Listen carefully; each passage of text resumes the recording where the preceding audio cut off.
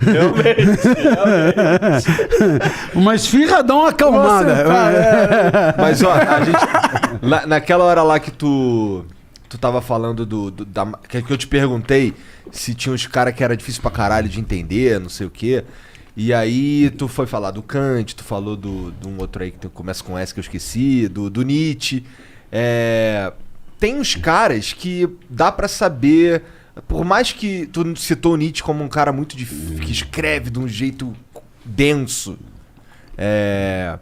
Mas a gente tem uma ideia geral do que ele pensa. Todos os pensadores têm uma ideia geral do que eles pensam? Esses caras aí das antiguidades e tal? Sim, né? Eu gosto muito de tentar descobrir o que na verdade o cara estava querendo dizer com aquilo, sabe? Eu tenho uma impressão que no final das contas tem alguma coisa que ele queria falar de muito importante.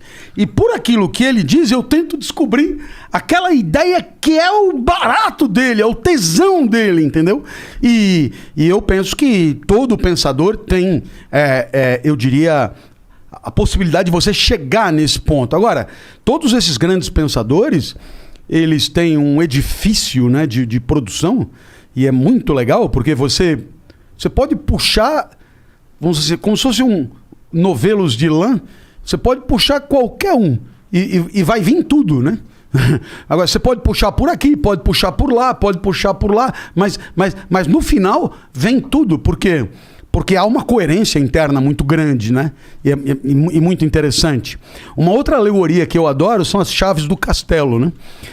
A impressão que eu tenho é que enfrentar um autor desse é como entrar num castelo onde muitas portas estão fechadas, e essas portas são conceitos chaves, que se você não tiver a chave, não vai rolar, sabe? Então eu penso assim, todo grande pensador tem um certo número de conceitos e ideias fundamentais que às vezes ele nem explicita, tá? Mas que se você não souber, a coisa não vai fazer sentido, né? Então eu chamo de chaves do castelo, né? Sabe o que é? Para ir para aquela ala do castelo, você tem que passar por essa porta e a chave tá aqui, né? Sei lá, por exemplo, vamos pegar lá Nietzsche, né? Conceito de niilismo, né? Para Nietzsche, né? Se não souber o que é niilismo, não vai visitar o lado de lá no castelo, porque não vai. E assim, ele não pega e fala, olha, para mim niilismo bababá, babá. Não vai ter isso, não vai ter. Então, existem algumas facilitações que o explicador pode oferecer e que melhoram muito, facilitam muito essa invasão do castelo, né? E claro, com todas as maravilhas que isso pode proporcionar, né? Sim, e é legal. Isso é legal que, tipo, quando você vai coletando as chaves, o mundo vai se abrindo um pouco para você em certas questões, né? Cada porta aberta é uma nova luz. E eu acho que é isso que motiva muito o estudioso, né? Porque ele vai extravando um cadeado e aquilo tem uma recompensa, né? De você saber que, porra, tem todo um outro universo que eu nem sabia, nem concebia. E aí quando você aprende sobre esse universo, você começa a cruzar esse aprendizado com outros universos que você antigamente nem pensou em correlacionar. E aí isso cria uma grandeza de pensamento que é muito interessante. E mais, a beleza de uma ideia não tem muito a ver com você concordar com ela ou não. E isso é uma lição para, eu diria, as questões de tolerância de que tanto se fala, né? Eu muitas vezes ensino autores que se desmentem. Bom, vamos pegar dois exemplos como Kant e Nietzsche, né? E bom, aí eu falo, olha que ideia, velho, olha que profundidade, olha que coisa, e o cara anota e tal. Aí, uma semana depois, eu pego e apresento uma outra ideia que, de certa forma, desmente a primeira. E eu digo, olha que ideia e tal. Aí o aluno esperto pega e fala, peraí, ou é aquilo ou é isso. Eu falo, não. Você não está me entendendo. Não estou manifestando minha concordância. Eu estou manifestando a beleza do caminho do pensamento. A beleza daquela ideia no interior desse edifício. A beleza daquela ideia como coerência interna de uma maneira de pensar. Como a outra também, embora digam coisas diferentes, são igualmente belas, igualmente grandiosas, igualmente incríveis. E eu acho que esse aprendizado é fundamental para você ter a humildade de, diante de uma pessoa que não concorda com você em muitos pontos, você deixá-la falar, ouvir, considerar o que ela diz e até mesmo considerar a pertinência de muitos pontos que ela apresenta como importantes. Só assim haverá enriquecimento.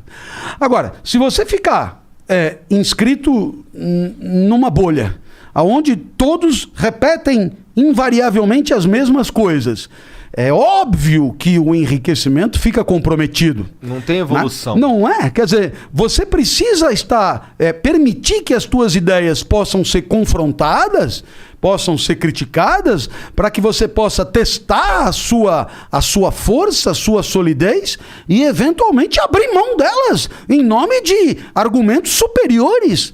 Argumentos mais sólidos, mais importantes. Então, nesse sentido, aquele que não concorda com você não é um idiota, um imbecil, um cretino que nunca entendeu nada. Porque se você parte dessa premissa, você já estabeleceu um teto da sua evolução intelectual. Então você sabe, então se ele está errado, significa que você sabe o que é verdade. Não, pois é. Sim, além do mais... Então me explica aí o que é verdade. E não é só isso, né? Quer dizer, às vezes é questão de mera opinião, né? De mera doxa, né? Quer dizer, em outras palavras, não se trata nem de verdadeiro ou falso, mas sim de... É como eu acredito, né? Se você diz, a árvore é azul, né? Bom, poderá haver 1 milhão de discussões sobre o que é a cor, se a cor... É um dado objetivo do mundo, ou se a cor é só uma percepção e o caralho, sempre haverá um chato. Mas de qualquer maneira a árvore é verde, vamos ficar para simplificar, né? Agora, quando você diz, sei lá, tal país, né, deve realizar, sei lá, um país qualquer distante do nosso, deve realizar um trabalho forte na educação pública, com vistas a diminuir as desigualdades sociais, oferecer mais oportunidades a todos, e com isso, quem sabe, oferecer uma mão de obra mais qualificada para o setor produtivo, e com isso crescer, e parar, deve fazer isso e tal. Perceba, não é uma questão de verdadeiro ou falso, né?